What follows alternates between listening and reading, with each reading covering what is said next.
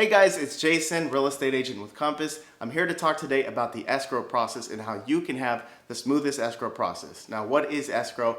It's not the buyer, it's not the seller, it's somebody in the middle who helps the transaction happen. They make sure that the money gets exchanged for the home, and they make sure that all of the agreements on the documents happen.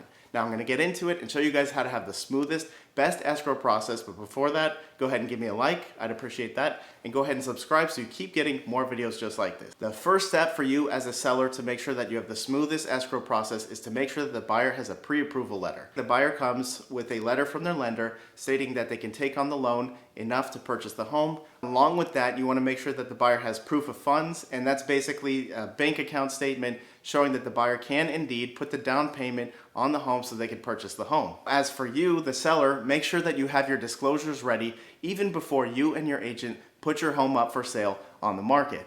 What are disclosures? Disclosures are your statement on the condition of the home. Does the roof need fixing? How's the plumbing? Does the electricity need to be upgraded? You give these statements in the disclosures before the buyer does their physical inspection. Now, the buyer may find something else. However, to the best of your knowledge, you give your disclosures and you give them up front. Make sure that your agent representing you has strong communication with the buyer's agent. The listing agent representing you as the seller can do certain things called demand to close escrow or a notice to perform. And basically this is letting the buyer know that they need to proceed with the transaction or else they could even get kicked out of escrow. Now, sometimes this is necessary, but you definitely want to avoid this if you can. Good communication between two sides can eliminate any sort of misunderstanding. Now, if you do a demand to close escrow and the other party, the buyers, don't perform, they don't give the documents or whatever is needed, then you could fall out of escrow.